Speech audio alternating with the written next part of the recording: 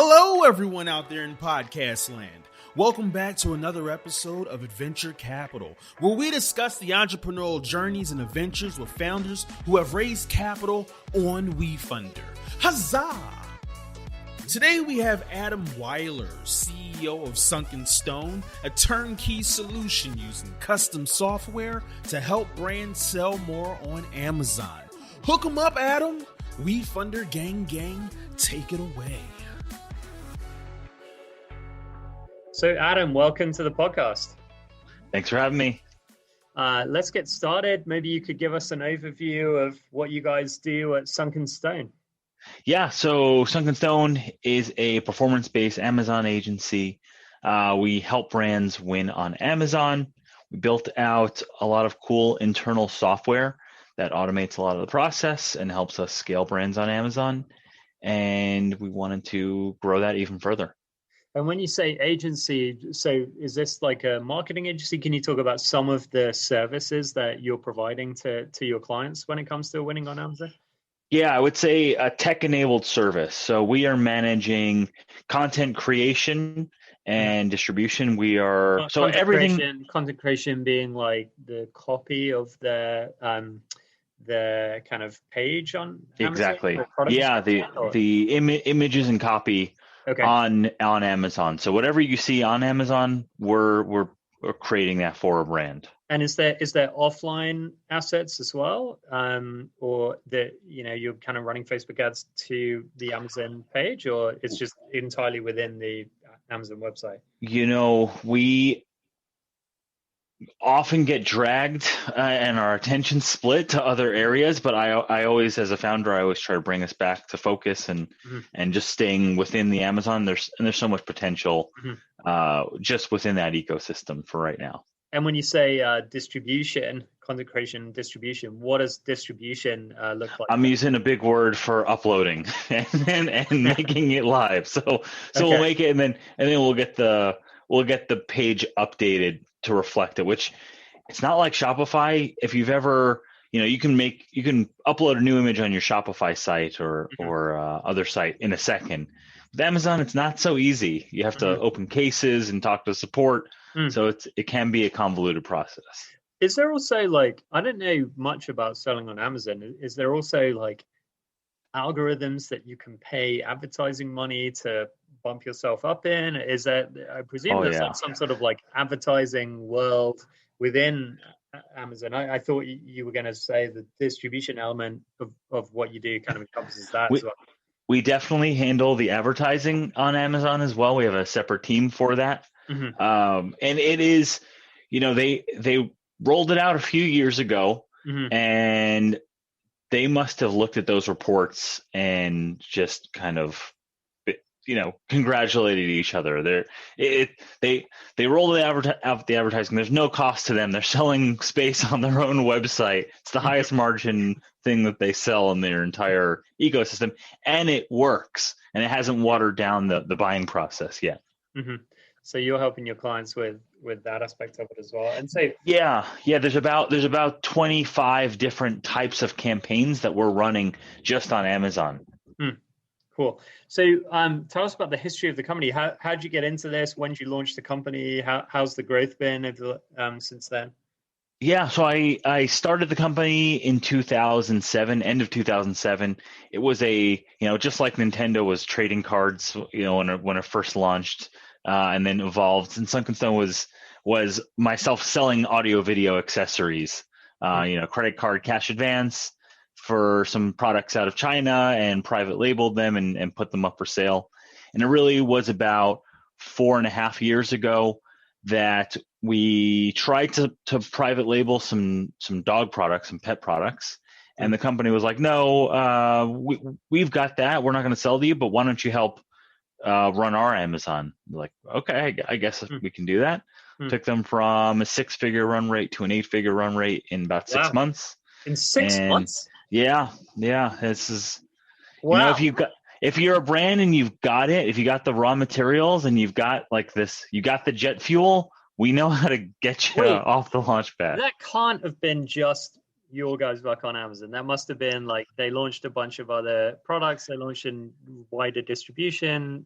Like, was that all just you? The fundamentals were there, right? Like they had a 100,000 square foot warehouse and marketing budget and great branding and almost a near monopoly in the supply chain. So like with those things and our Amazon, it was like gasoline, and we were the match. Wow, that's a pretty amazing story. So that was 2007. That's like a long journey. Oh, so that was 4 years ago. So around 2018 is when we got and was when we did it for that brand. Well, sorry, but that brand, but the company started in 2007. So yeah, that's kind of a long journey. Yeah. So has that been kind of gradually building it up little by little over the last 14 years, or is there kind of major pivots along that journey, or a lot of I have a great friend who says our business is ourselves, right? And we are our businesses. Mhm. And in the beginning, and I think it's so true, it's like, Tesla is Elon Musk, right? Like the same characteristics that and Steve Jobs was Apple, or Apple was Steve Jobs. And in the beginning of Sunken Stone, it was a total lifestyle business. I was in my 20s and wanted to go travel and wasn't taking it very seriously, and also thought I was the smartest person when it came to everything. So I didn't really, I wasn't listening to podcasts and audiobooks and trying to level up. And the business kind of just paid for my life, and that was cool. And I got to go travel and do things.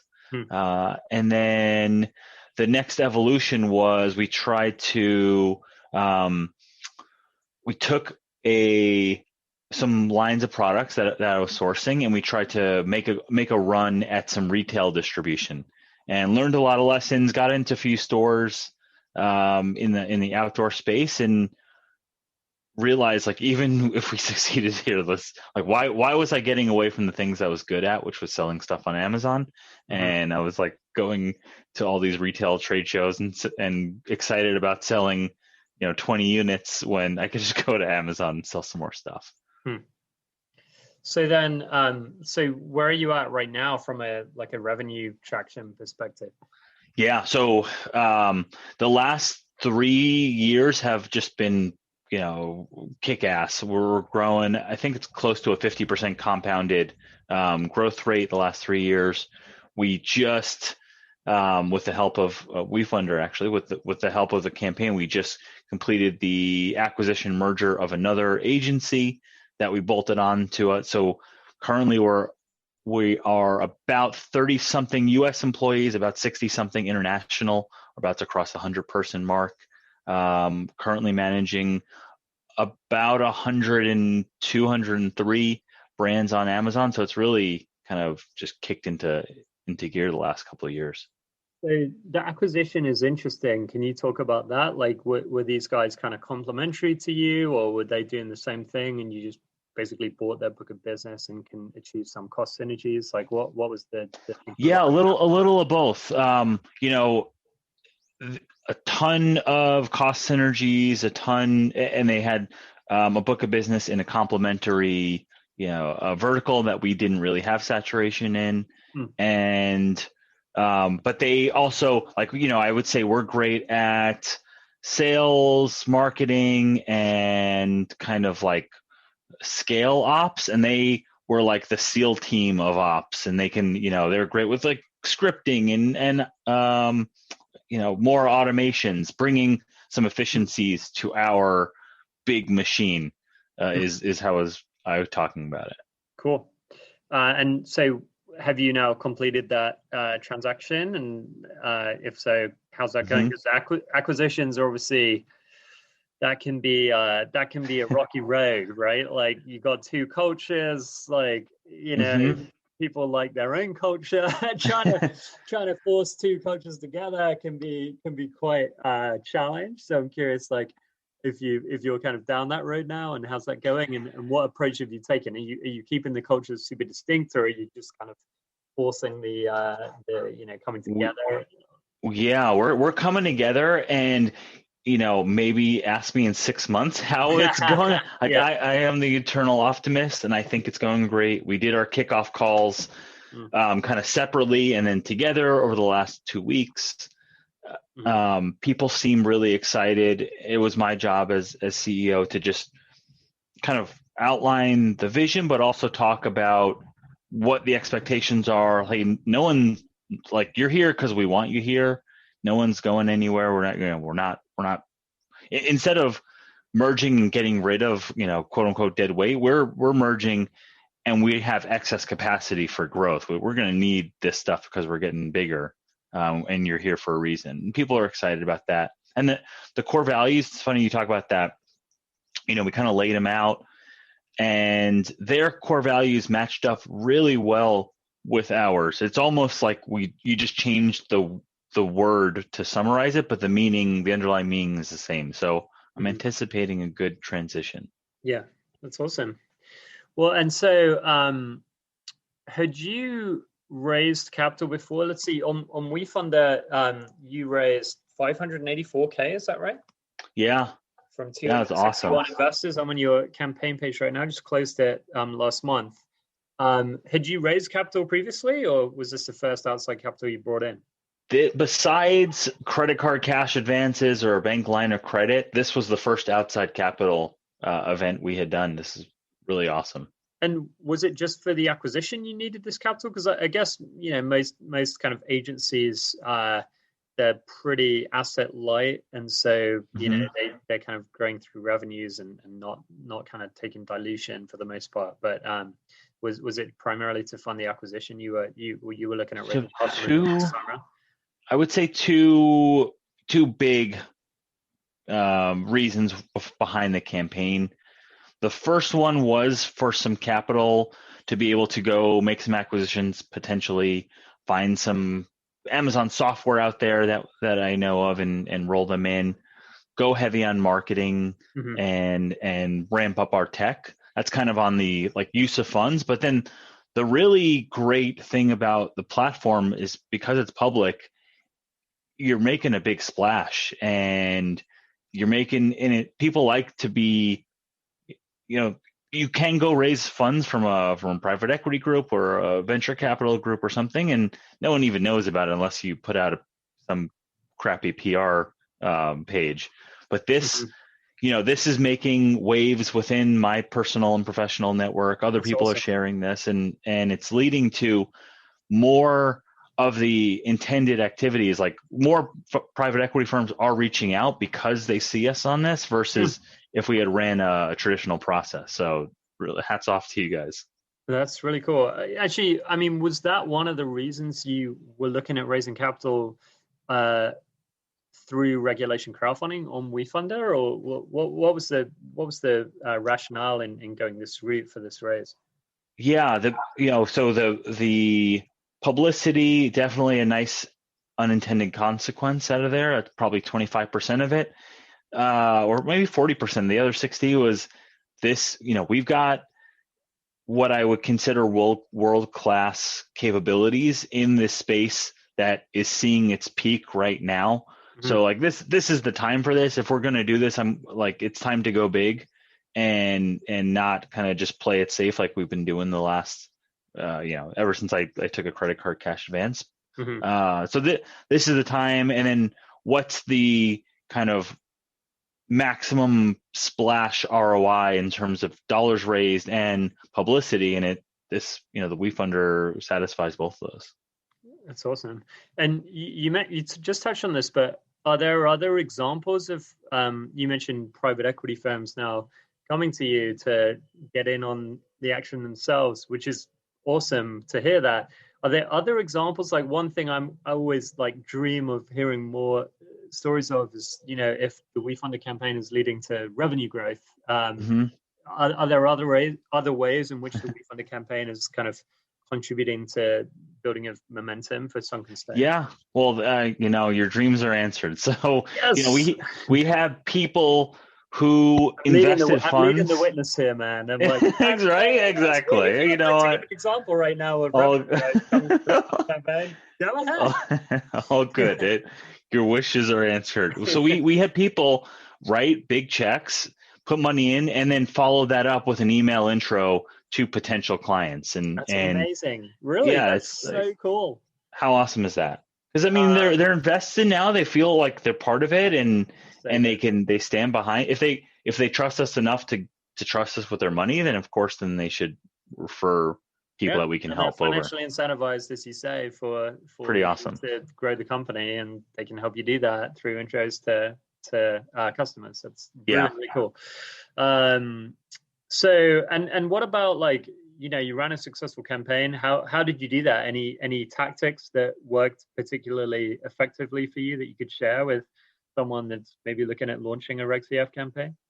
Yeah, it's like an iceberg where 90 or a roller coaster. Most of the work is before you even go live. You have to have pretty much everything planned out. The content, do not compromise on that. That needs to be top notch. Mm-hmm. It is worth pushing the campaign to improve on that content, and get that really dialed in. When you say content, you mean campaign page video? Campaign page video, exactly. And then your personal kind of outreach messages. Have that ready to go. Like, look through. I blocked off 2 complete days and went through my text message string, my WhatsApp, my Facebook Messenger, scrolled back like 3 years and just had that message ready to go. That is maybe the best insight I've ever heard on these podcasts. Renji from Immersed, I think, will push you. He said something of, he got a team of like 30 people, and they were his homies, and every time he did anything, he would just text them and they would all like share the LinkedIn post. And that, I thought, was a great insight. Wow. There's been many great insights, but that one, honestly, just by how tangible you made that. You blocked off 2 days, you went back over 3 years through your text threads. That's amazing, dude. That is so good. And I, the first one was the hardest, and after that, I'm like, I don't care. And you would be so surprised. The people who I know that have 8 and 9 figure net worths would like put 0, and then other people would put 25,000 in that I would have bet would not be the case. Once I disassociated that, like like they're not, people in money are weird. You're asking for, it's not a reflection on me. Then it went a lot smoother. That's awesome. Any other tactics? That's a great one.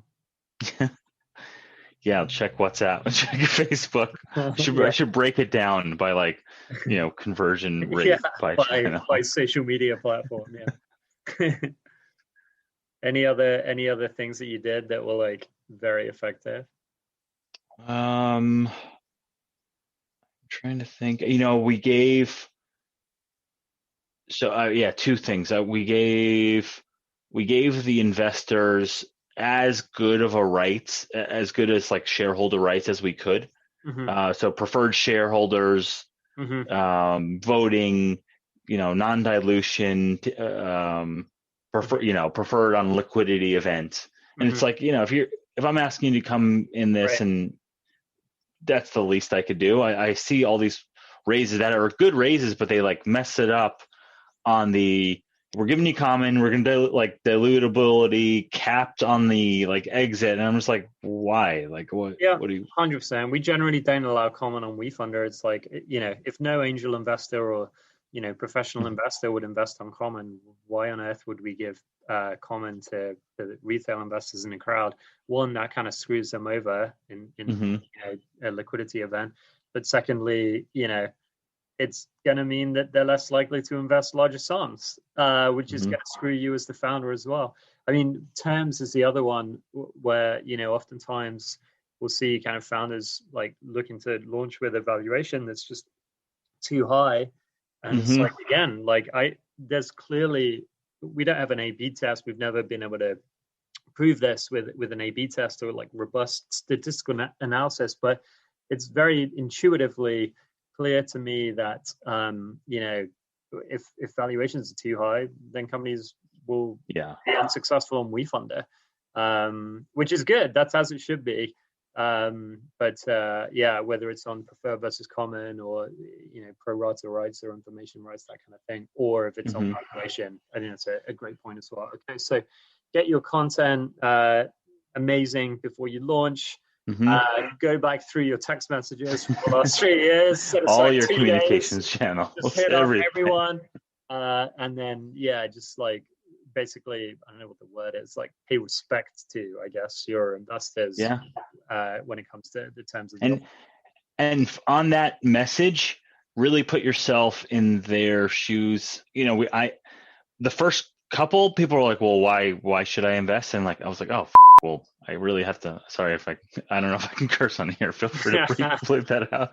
I was like, oh, well, like, succinctly, I had to put these 3 amazing bullet points, and over the first 25 or 30, I was able to impromptu A/B test. So we had something that was awesome. It's like, scale out marketing, technology, like start making acquisitions, and then start to look for this like warehouse logistics space. And it's like, that resonates, people get it, and then off to the races. Very cool. Let's see. I guess coming into land, one piece of advice. I mean, you've already kind of given a few here. Well, that's maybe around the execution of the campaign. This advice can be on something else.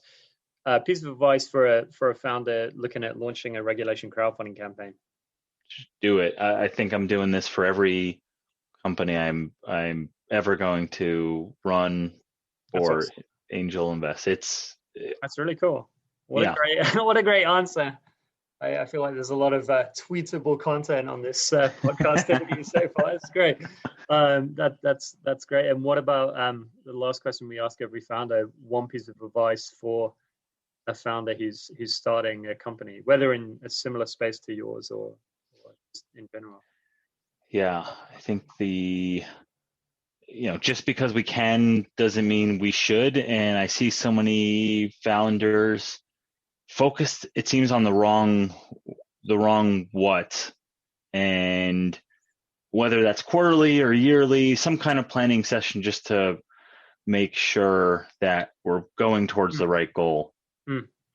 And saying no to some stuff. Saying no to most stuff. Good strategy is saying no, right?